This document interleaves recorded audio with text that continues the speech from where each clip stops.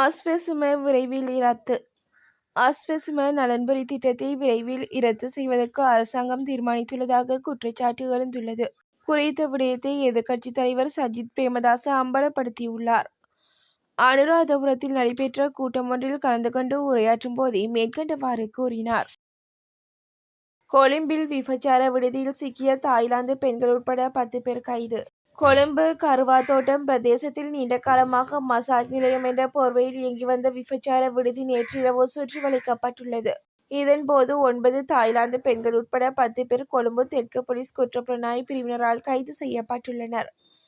கொழும்பு தெற்கு போலீஸ் குற்றப்புலனாய்வு பிரிவினருக்கு கிடைத்த தகவலின் பேரில் போலீஸ் அதிகாரி ஒருவர் இந்திய பிரஜை போன்று மசாஜ் நிலையத்திற்குள் சென்று தகவல்களை திரட்டி பிணையில் சந்தேக நபர்களை கைது செய்துள்ளார்.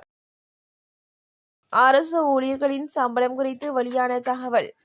அரசு ஊழியர்களின் வேதன முரண்பாடுகளை தீர்க்க இம்முறை பாதீட்டில் கவனம் செலுத்தப்படும் என பொது நிர்வாகம், மாகாண சபைகள் மற்றும் உள்ளூராட்சி மன்றங்கள் அமைச்சு அறிவித்துள்ளது.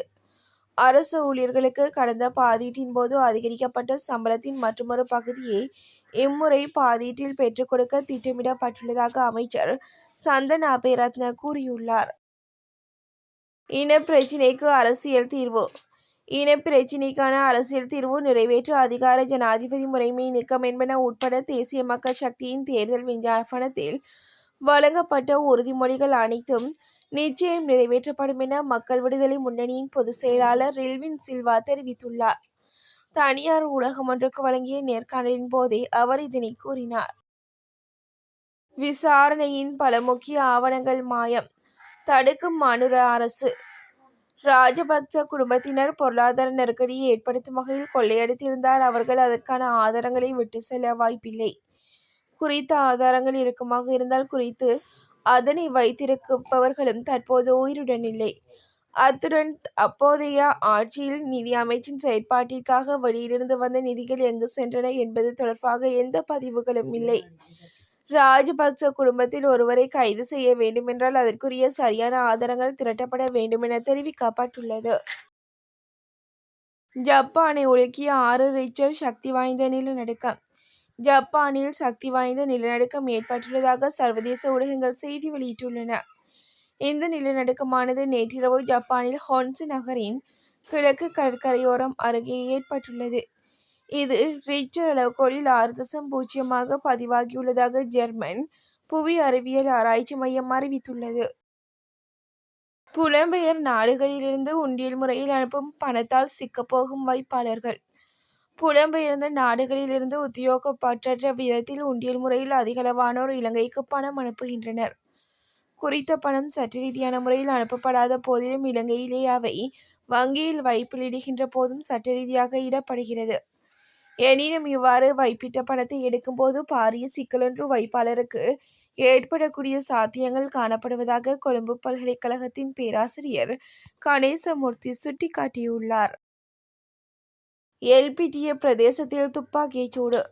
எல்பிட்டிய ஓமந்த பிரதேசத்தில் துப்பாக்கிச்சூட்டு சம்பவம் ஒன்று இடம்பெற்றுள்ளது. குறித்த பகுதியில் அமைந்துள்ள வீடொன்றை இலக்கு வைத்து நேற்றிரவு இந்த தாக்குதல் நடத்தப்பட்டதாக தெரிவிக்கப்படுகிறது.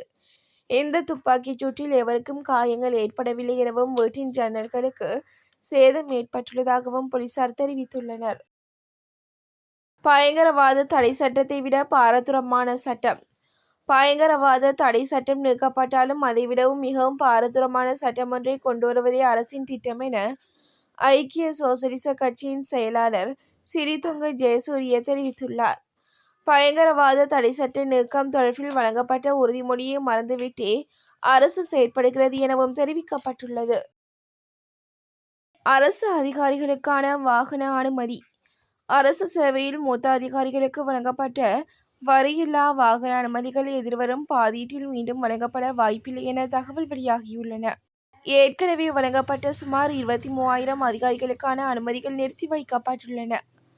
அதே நேரத்தில் மேலும் அதிகாரிகள் இந்த வசதிக்கு தகுதி பெறுகின்றனர் என தெரிவிக்கப்பட்டுள்ளது. யாழ் சிறைச்சாலைக்குள் ஹெரோயினை கொண்டு செல்ல முற்பட்டவர் கைது. யாழ்ப்பாணம் சிறைச்சாலைக்குள் உணவுப் பொதியினுள் ஹெரோயின் போதைப் பொருளை இன்று மறைத்து கொண்டு செல்ல முற்பட்டவர் யாழ்ப்பாணம் குற்றத்தடுப்பு காவல்துறையினரால் கைது செய்யப்பட்டுள்ளார். யாழ் இளவாலையை சேர்ந்த ஒருவரே 2 கிராம் 35 மில்லிகிராம் ஹெரோயினுடன் கைது செய்யப்பட்டுள்ளார்.